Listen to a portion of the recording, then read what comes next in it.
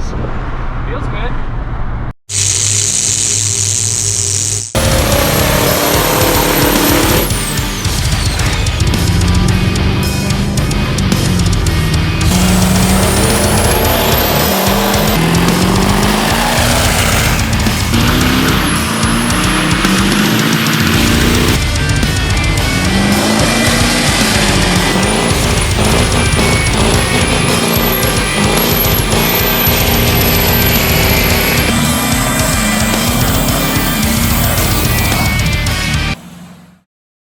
What is up, 7-3 Garage? This is Frankie. I am here with Brandon. What is up, everybody? Frankie's doing the intros now, but welcome back to the channel. We are pretty excited. We have a cool little video for you guys today.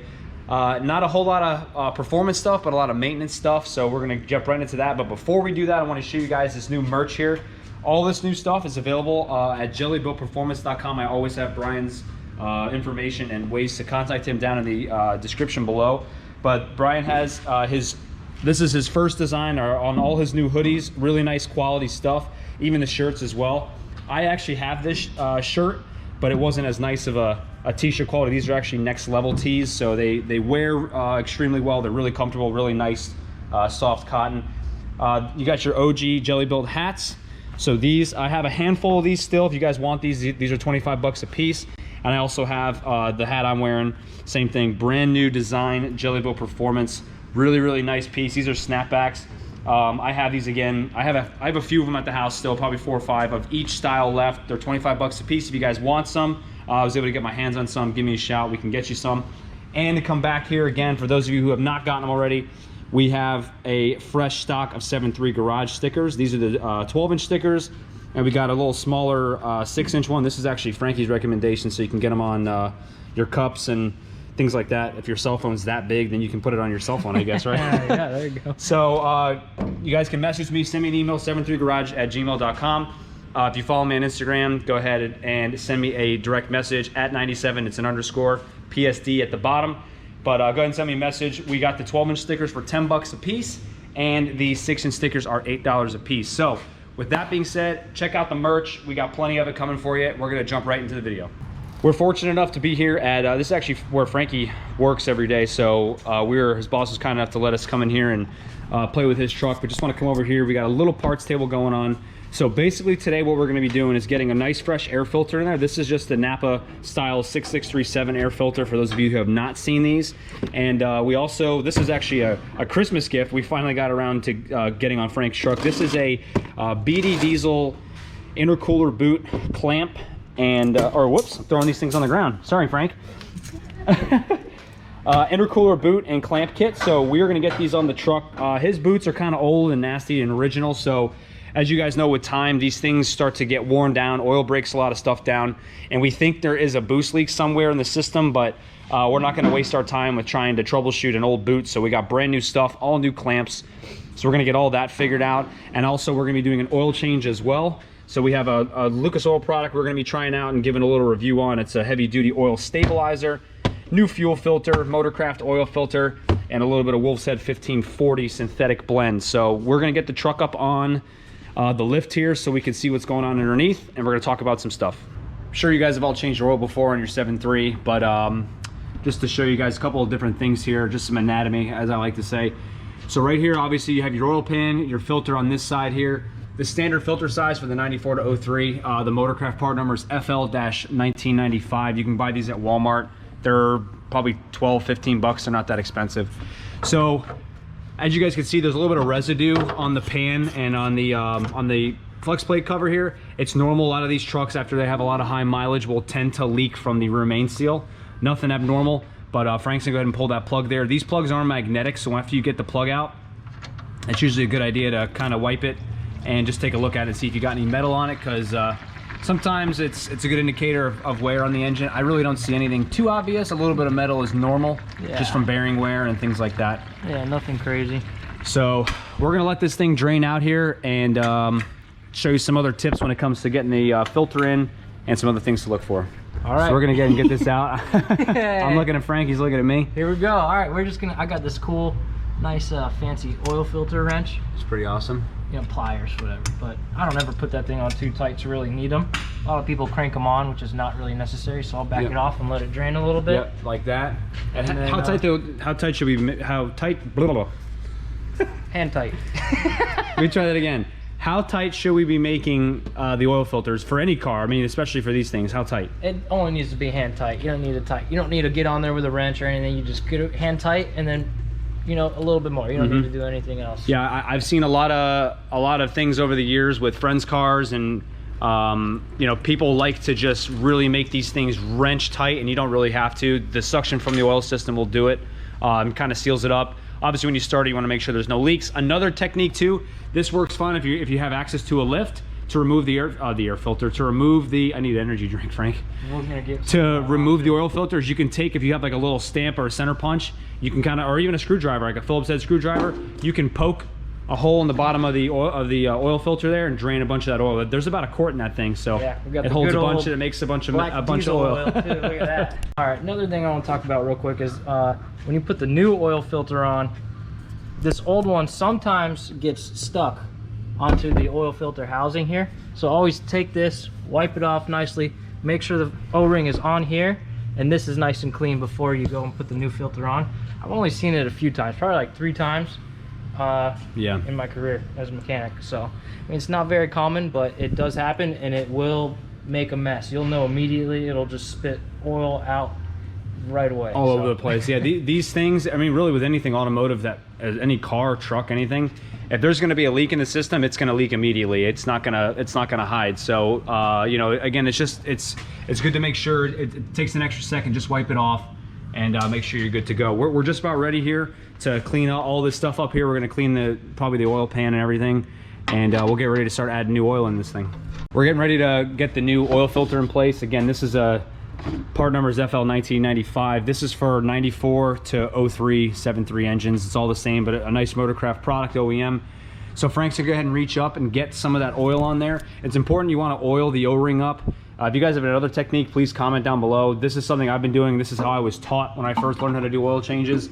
What this basically does is it allows the gasket to move freely on the mating surface, so there's no dragging or anything going on. We don't want that. We want it to get nice and snug on there. And again, it's just going to be hand tight. You see, I'm having trouble getting it. It's not going on smooth. It should all go on smooth. There she is. Yeah, you don't want to cross thread anything. You don't want to put metal in the oil system. Yep. So Frank will get that nice and snug. And something just like that is great. Yep. Right there. And it's also important too, I try to emphasize this as well. I get a lot of messages about trying to diagnose leaks and where could a leak be coming from.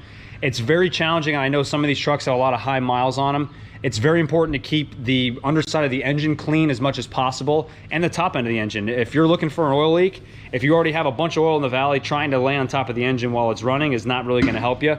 So if you're looking for where a leak is coming from, make sure that all the surfaces that you're trying to diagnose it on are gonna be clean. And then Frankie's got the old technique. Favorite thing in the whole world. If you're a mechanic, you know this is little can of brake clean, and it takes it all off. So we got the truck back on the ground here. Something that's kind of important, really easy thing here. When you guys go to pull the oil cap off, I always like to do this really for any maintenance if I am changing oil that's not my truck or even on my own truck. When you pull the oil cap off, kind of don't wipe it right away, but what we're looking for here is water droplets. And the reason you'd have water droplets would be if you have some sort of a head gasket failure. That could be with either a stock truck that has a lot of high miles, a mildly modified truck that's got tunes if you kind of beat on it, or a lot of towing. But if you do see water droplets on here, usually that indicates that you have some sort of a head gasket failure. Usually it'll blow out into the water jacket, and it can leak into the oil pan as well. So just something to check real quick as well. Another thing I also wanted to touch on while you're under the hood doing your maintenance is blow-by. There's a lot of different theories behind what blow-by is, and the one that I've always read about is understanding where it comes from and what it is. So basically what blow-by is it's excess oil and fuel vapor that's created during a combustion event, right? So really any internal combustion engine is going to have this. And the way the engine handles it, with these trucks, it's rerouted back into the intake. So the turbocharger pulls it and puts it into the engine and just burns it off. When you check these, there's a lot of videos online where they'll pull the oil cap off and you just have a lot of vapor, and people will think that that's actually bad.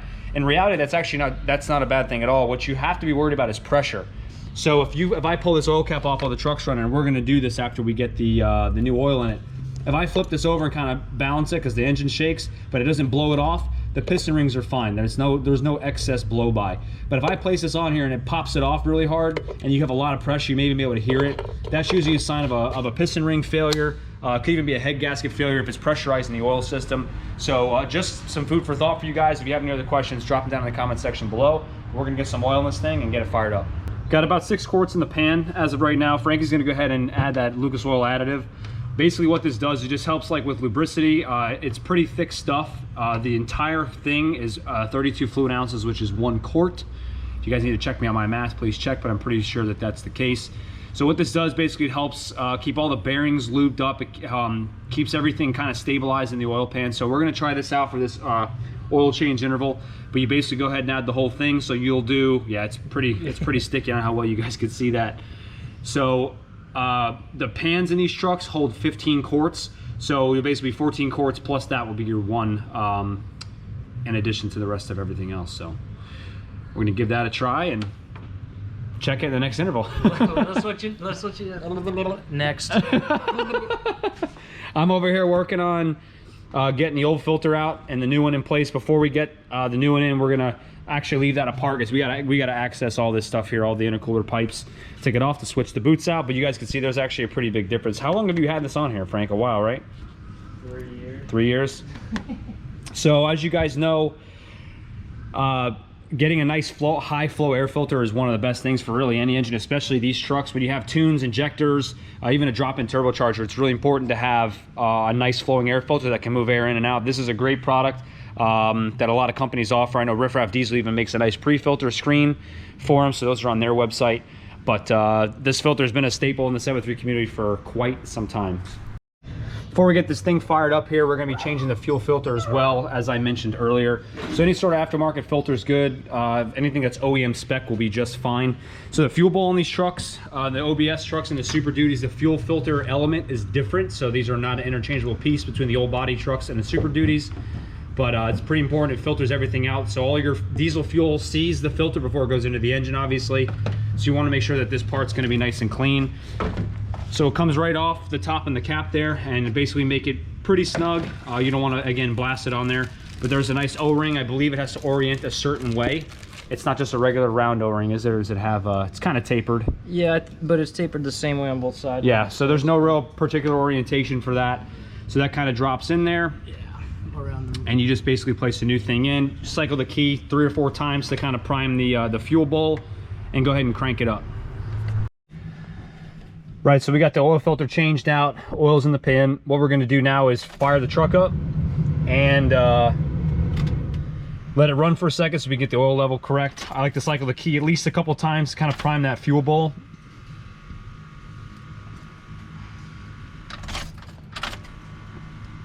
All right, Frank's gonna be checking for leaks while he's out there as well.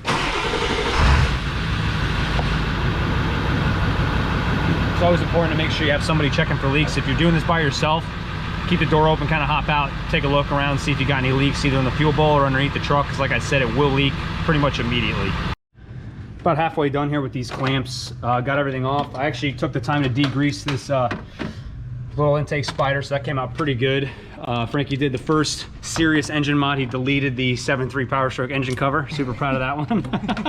A lot of horsepower we're gonna gain from that.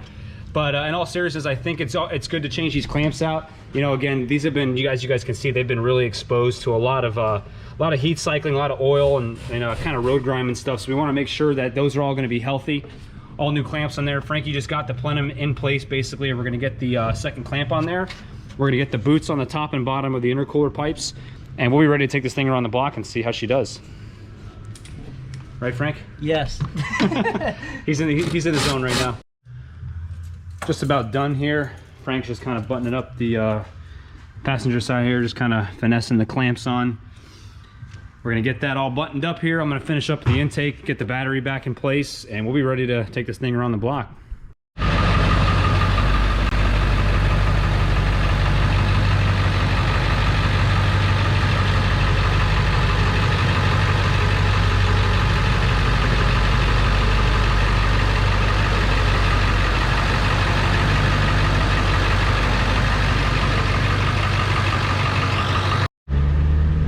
right, time to circulate everything here.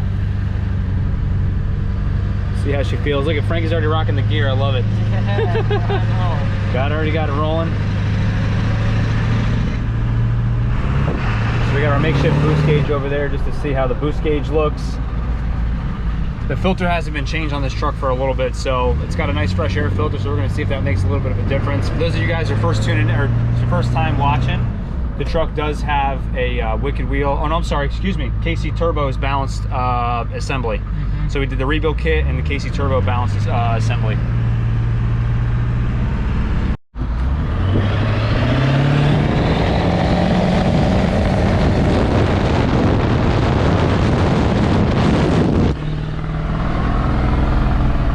It's about 25 pounds, nice.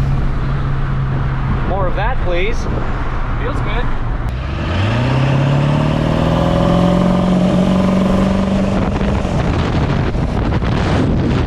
Right, as you guys can see, the truck runs pretty good. Frankie's happy with the service. Is your HUD popped, or you're popped it? I want to make sure. I've had the scariness, but everything looks like it's pretty good.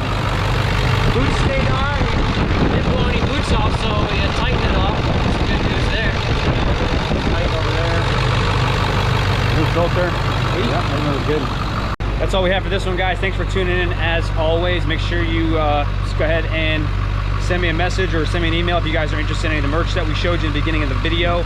And thanks for tuning in as always. We have what are we doing next? We got a few things that we for your truck. You want to do some 4-wheel drive stuff? Yeah, we're actually gonna do the whole front end rebuild, steering links, 4-wheel drive, new wheel bearings, new ball joints. We're gonna do a whole bunch of stuff. So before 4-wheel drive, guys, we're gonna be doing a lot of that stuff. So that'll be fun, something different for the channel, but still geared towards the 7.3. But should be pretty sweet. As always, guys, we do appreciate the love. Thanks for all the support. Again, if you guys want those stickers, we got them. Go ahead and reach out. We'll make it happen for you guys. We'll see you guys in the next one. This is the 7.3 Garage. That's Frankie. I'm Brandon. We'll see you next time. Like and subscribe. That's baby. it.